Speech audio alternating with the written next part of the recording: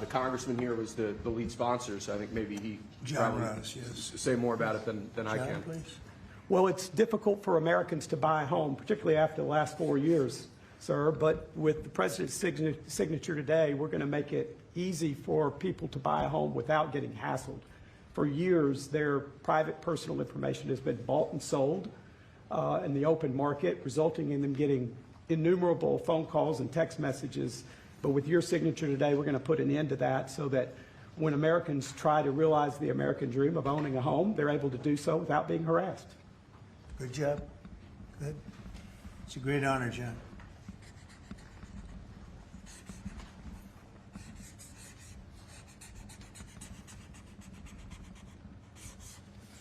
Okay, there it is.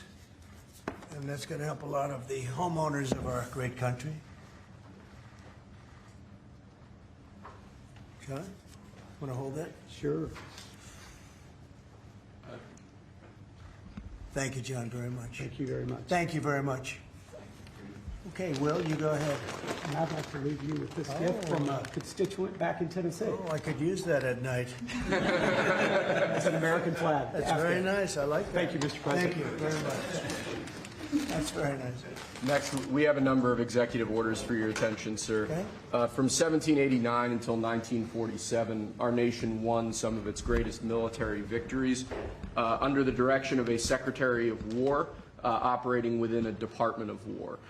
Today, with this executive order, you will authorize the current Secretary of Defense and the current Department of Defense to once again embrace this great lineage and once again be named the Secretary of War and the Department of War.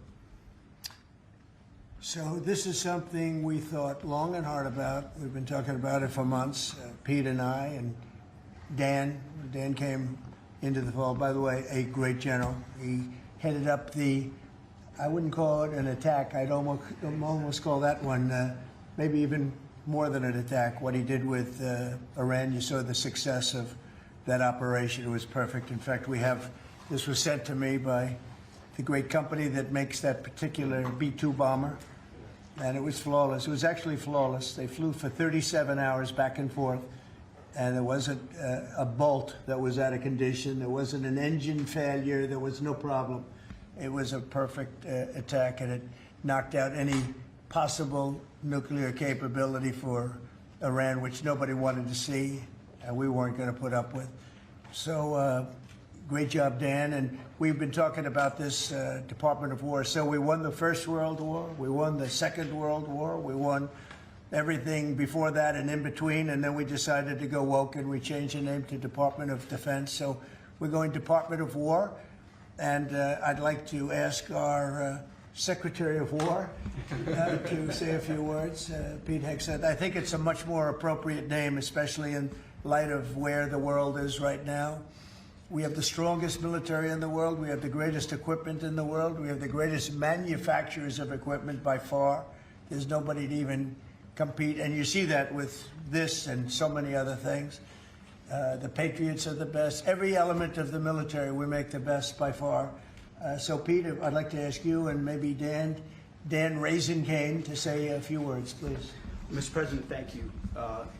After winning a war for independence in 1789, George Washington established the War Department, and Henry Knox was his first Secretary of War. And this country won every major war after that, to include World War I and World War II. Total victory, Mr. President, as you said. Then 150 years after that, we changed the name after World War II from the Department of War to the Department of Defense in 1947. And as you pointed out, Mr. President, we haven't won a major war since, and that's not to disparage our warfighters, whether it's the Korean War or the Vietnam War or our generation of Iraq and Afghanistan. That's to recognize that this name change is not just about renaming, it's about restoring. Words matter. It's restoring, as you've guided us to, Mr. President, restoring the warrior ethos, restoring victory and clarity as an end state, restoring intentionality to the use of force. So at your direction, Mr. President, the War Department is going to fight decisively, not endless conflicts. It's going to fight to win, not to lose. We're going to go on offense, not just on defense. Maximum lethality, not tepid legality. Violent effect, not politically correct. We're going to raise up warriors, not just defenders. So this War Department, Mr. President, just like America, is back. Thank you for your leadership and your clarity. We're going to set the tone for this country. America first, peace through strength, brought to you by the War Department.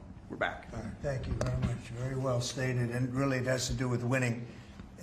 We should have won every war. We could have won every war, but we really chose to be very politically correct or wokey, and we just fight forever. And then we, win. We wouldn't lose really. We just fight to sort of tie. We never wanted to win wars that. Every one of them we would have won easily with just a couple of little changes or a couple of little edicts. I was told that ISIS would take 5 years to win, and Dan Kane, when I told him how long would it take, he said, I think about 4 weeks, sir. I said, what do you mean 4 weeks? I was told 5 years by the people in Washington. You know who they were? 5 years. I said, you can't do it in 4 weeks. I actually flew to Iraq to meet with him, and I met him at a big air base, and remember that famous day, right? It turned out to be a famous day for our country because you're now the head of the Joint Chiefs of Staff, which is the biggest deal. And he is because he did things that everybody said couldn't do. So they said it was going to be 5 years, and he knocked them out in about 4 weeks total, 100%. We took over, and ISIS was gone, and pretty amazing. But we never fought to win, and now if we have to fight it all, we solved 7 wars. We have the one that I thought was going to be probably one of the easier ones, and that's with President Putin and Ukraine. And that turned out to be one that's a little bit more difficult, but the 7 are done. They were supposed to be much more difficult to solve. I solved every one of them, and we're going to get the other one done too. But it turned out to be a little bit more difficult than I thought. And it'll get done or they'll be held to pay. But because they're losing 6 to 7, it used to be 5. I used to tell you 5. Now it's almost 7. I guess 7,000 people last week. 7,813 people, young soldiers died. Russian and Ukrainian, not American soldiers. But it's a shame. And it's just, they're human lives, and I want to see it stop. But General Kane's done a fantastic job. And again, defeated ISIS, which they said would take a long time. And it didn't take a long time at all, and did other things that people said really couldn't happen. We have the greatest equipment in the world. We have the greatest soldiers in the world. Dan, say a few words, please. Yes, sir. Thank you, Mr. President. It's a true honor for me today to represent the incredible men and women of America's joint force.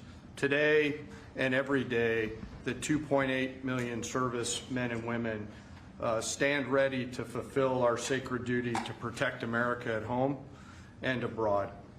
As the President said, America's military is the single most powerful fighting force in the world. The mission you and the Secretary have given us is clear and unambiguous: to deliver peace through overwhelming strength. And I remind everyone that the U.S. military can reach any adversary at the time and place of our choosing. Service to this nation is an incredible gift, and we're grateful and honored every day to do so. Thank you, Mr. President. Well, thank you, and it's an honor to sign this. And we will do that right now.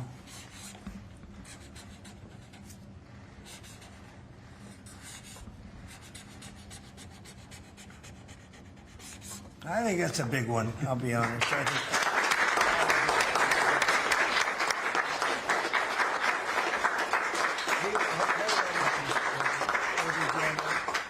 That's a big one. It's a big one, Mr. President. Do you have any questions on this subject? We're going to be discussing the G20 in a couple of minutes, but yes, please. No, right there. What gave you the idea for this rebrand? And a question for you, the newly minted Secretary of War.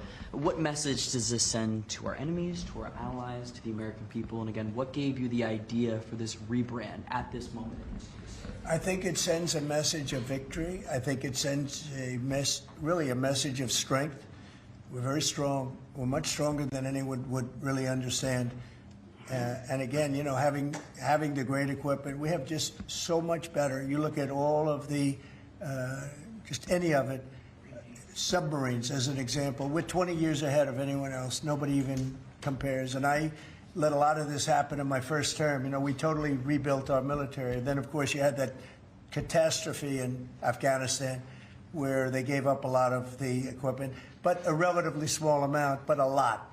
It was a lot in Afghanistan. I think it was the most, General, I'd say it was the most embarrassing day in the history of our country, the way that happened, the way they went to the wrong airport. They should have gone to Bagram, not the local little airport with no security, with tight quarters, etc. You know what happened. I think it was the most embarrassing moment in the history of our country, frankly. That was under the Biden administration. That was terrible.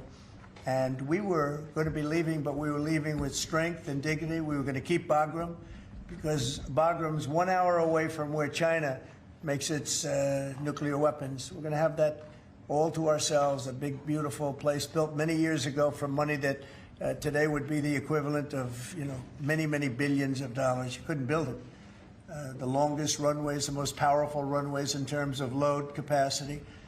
And we just walked away from it. So stupid. And they were fools. The people were fools. No, we have the strongest military, and I think that indicates we have the strongest military. And, we had it, and we won World War I, we won World War II, we won everything before, and as I said, we won everything in between. And we were very strong, but we never fought to win. We just didn't fight to win. We didn't lose anything, but we didn't fight to win. We could have won every one of those wars quickly, but they went a route that I think was probably politically correct, but not correct for our nation. So I think the Department of War sends a signal. Yeah, please. Mr. You alluded to this a little while ago, but you said that this rename is a, quote, a good reflection of where the world is at right now. How do you square naming it the Department of War when you've been pursuing peace in so many different parts of the world? Well, I think I've gotten peace because of the fact that we're strong. If we weren't strong, those 7 deals I told you about, the 7 wars, a majority of them wouldn't have happened. They happened for 2 reasons, trade and our strength. Those are the 2 reasons. And probably strength may be more important than trade. So if I was very proud of all those wars. Those were wars that could not be settled, and I settled all of them. And we'll get the other one settled also. That'll get settled. But without the strength, we wouldn't have settled any of them. Yeah, please. Mr. President, is it your expectation that Congress will codify this name change in the law? I don't know, but we're going to find out. But I'm not sure they have to. We're signing an executive order today, but we're going to find out. We're going to see. If they do, we're going with it, and we're going with it very strongly. There's a question as to whether or not they have to, but we'll put it before Congress. Do you know how much this rebrand will actually cost? And are there any concerns about, the Pentagon's mission of actually cutting back on spending? Yeah, but not a lot. We know how to rebrand without having to go crazy. We don't have to recarve a mountain or anything. We're going to be doing it not in the most expensive. We're going to start changing the stationery as it comes due and lots of things like that. We're not going to be doing things like have been done in the past when they change the name of forts that shouldn't have been changed. Those names of the forts should not have been changed.